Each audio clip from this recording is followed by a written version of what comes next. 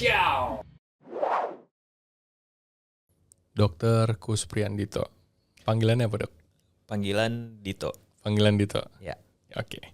So, Premier depan saya sudah ada Dokter Dito, spesialis bedah umum ya. Betul. Spesialis bedah umum. Ini baru nih, pendatang baru di Premier Bintaro. Ya, makanya hari ini kita mau kenal-kenal lebih dekat begitu ya, Dok. Dok, begitu banyak nih spesialisasi ya di dunia kedokteran. Kenapa harus bedah umum? Kenapa harus bedah umum? Agak panjang ceritanya. Agak banyak. Nggak apa-apa, ceritain Jadi, aja, Dok. Saya kalau buat di angkatan saya masuk ke bedah umum tuh termasuk yang telat. Jadi kalau orang-orang yang masuk bedah umum tuh kebanyakan 1 tahun 2 tahun dari lulus sudah masuk bedah umum. Saya masuk tuh 5 tahun setelah lulus. Jadi pertanyaannya mungkin 5 tahun setelah lulus itu kemana aja? Ngapain aja gitu. Jadi pas pertama setelah lulus saya tertarik ke ortopedi sebenarnya. Sempat magang ortopedi, nyobain masuk ortopedi cuman belum berhasil. Terus waktu itu karena saya punya ketertarikan dengan aplikasi fisika, teknik-teknik gitu ke bidang kedokteran yang waktu itu saya lihat di ortopedi banyak sekali dengan hubungannya dengan itu kan, banyak pakai implan, plat. Oke. Cuman waktu itu nggak keterima, nggak langsung masuk. Terus saya tetap pengen mengembangkan diri, saya ngambil ke S2 Biomedical Engineering di ITB. Iya, itu ngapain itu, Dok? Ya itu karena dasarnya tadi saya tertarik dengan aplikasi teknis ke bidang kedokteran. Terus saya tahu ada kebetulan ada teman juga yang masuk ke sekolah itu, dapat info. Terus saya pengen mengembangkan diri, saya masuk belajar ke sana. Iya. Di sana kebanyakan yang masuk sebenarnya dari orang-orang teknik, cuman di Bandung itu selalu ada peminatnya dokter yang masuk ke sana 1-2 orang setiap 6 bulan. Kan setahun buka 2 kali penerimaan. Saya salah satu yang masuk dan di sana di bawah fakultas elektro.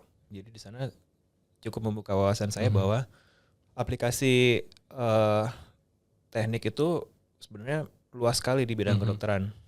Kalau di bawahnya elektro itu banyak fokusnya ke terutama instrumentasi kayak EKG, ronsen, CT scan, MRI, imaging, terus EMG juga. Alat itu ya, semua alat itu. Semua alat. Okay. Terus bukan cuma itu tapi sampai ke programming, electric medical record itu juga masuk ke dalam ranahnya biomedical engineering. Dan juga sebenarnya di ITB itu bukan cuman fakultas elektro yang bisa yang punya program itu, bahkan dari teknik mesin, teknik sekolah ilmu teknologi hayati atau biologi, juga farmakologi itu punya masing-masing punya teknik biomedisnya. Nanti kalau biomedical, kalau teknik mesin itu dia fokusnya banyak ke biomaterial, jadi material-material yang digunakan di bidang kedokteran, bidang medis. Jadi ya saya lebih paham itu. Dan bagaimana proses manufakturnya itu juga dipelajari di sana. Kalau biologi itu banyak ke rekayasa jaringan, jadi stem cell. Saya juga sempat ikut lab stem cell. Terus banyak ya guys. Kalau farmakologi itu teknik kimia ya. Teknik kimia itu lebih ke delivery obat, drug delivery, dia banyak di sana. Jadi setelah selesai sekolah itu saya sadar bahwa kalau tekniknya itu bisa dipakai bukan cuman di bidang ortopedi, tapi di semua hampir semua spesialisasi bisa terpakai. Jadi saya pikir saya tertarik untuk bedah, ya saya ambilnya bedah umum selanjutnya. Saya nggak coba ortopedi lagi, tapi saya masuk ke bedah umum. Nah, alasan kenapa bedahnya karena pertama yang jelas kita bisa tindakan. Jadi kita bisa intervensi langsung suatu penyakit secara anatomis, kita langsung perbaiki dan hasilnya bisa langsung kelihatan. Ya itu lebih menyenangkan buat saya pertama. Dan kedua, dari pengalaman praktek ya, dibandingkan teman-teman yang lain, saya rasa saya punya kemampuan yang lebih dan punya bakat di bidang itu. Jadi saya masuk ke bedah umum itu. Oke. Ini dengar-dengar nih, kita punya tim di marketing namanya Erik. Kita sebut aja Erik. Itu orang itu. Orang Bandung juga ternyata ya, Dok ya. Dokter orang Bandung ya? Iya, betul. Orang Bandung. Coba Erik ngomong bahasa Sunda tuh. Kumaha teriak diem bae, kalem bae, kumaha ieu teh. Oh gitu ya, Dok, ceritanya. Oke. Nah, selama dokter berpraktek sebagai dokter umum ya. Bedah umum. Ada nggak punya pengalaman tindakan yang mungkin buat dokter ini punya cerita nih buat kehidupan saya gitu. Ada nggak, Dok?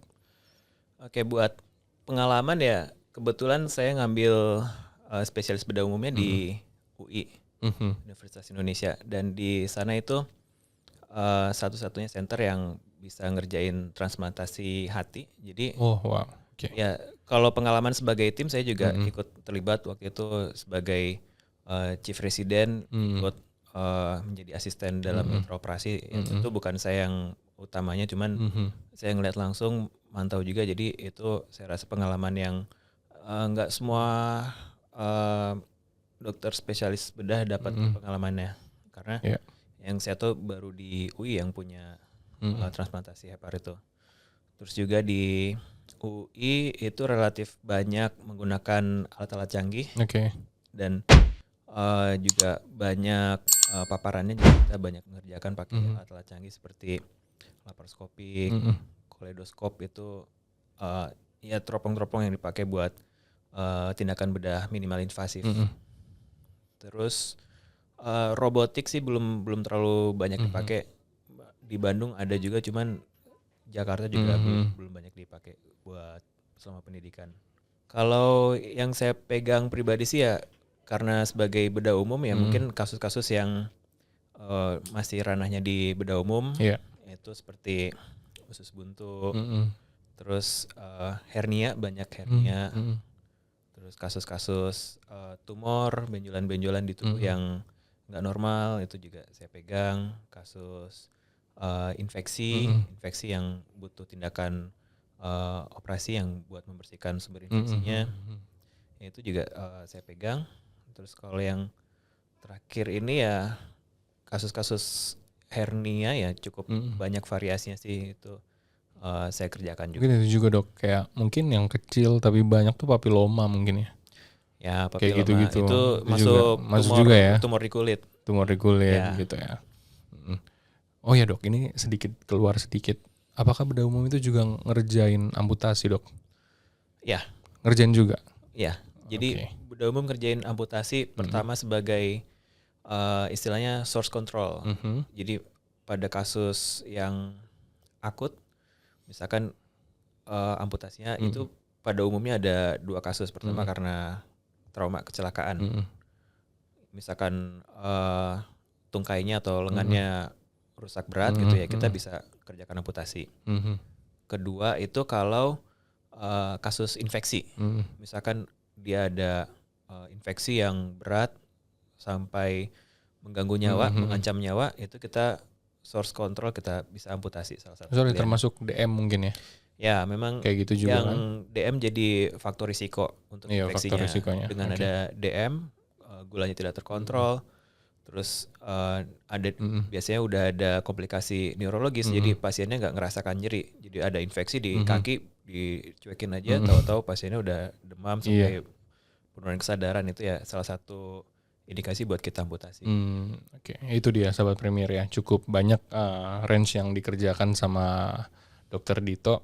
Tapi ini terlalu serius nih untuk sebuah kenalan ya. Lebih baik kita tanya aja nih hobinya. Dokter punya hobi apa, Dok? Hobi hobi beberapa bulan kemarin hobinya cukup unik. Apa tuh? Ternak teri. Ternak teri? Iya. Kenapa harus ternak teri, Dok? Ternak teri itu nganter anak, nganter istri. Oke, boleh juga. Tadi baru nanya nih, kalau emang dokter ternak teri beneran, kalau makan teri itu dibersihin nggak kepalanya? Kan kayak gitu. Oh gitu. Berarti hobi tuh ternak teri gitu ya?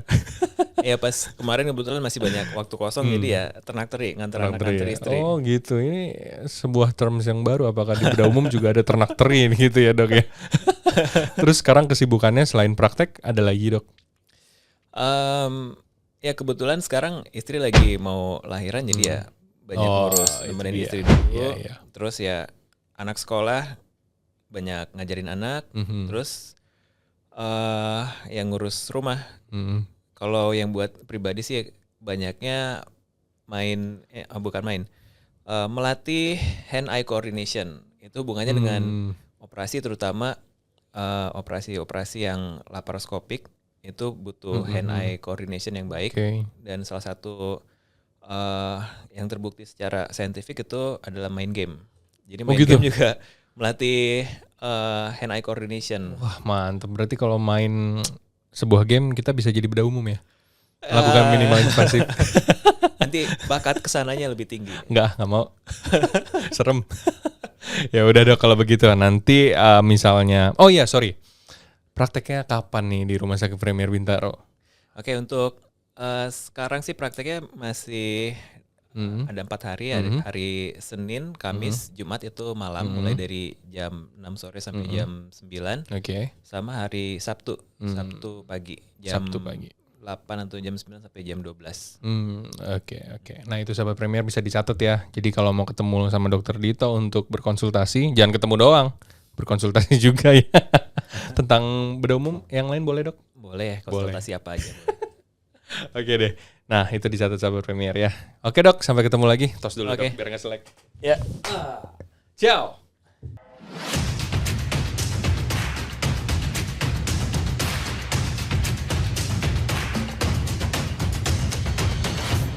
Ciao.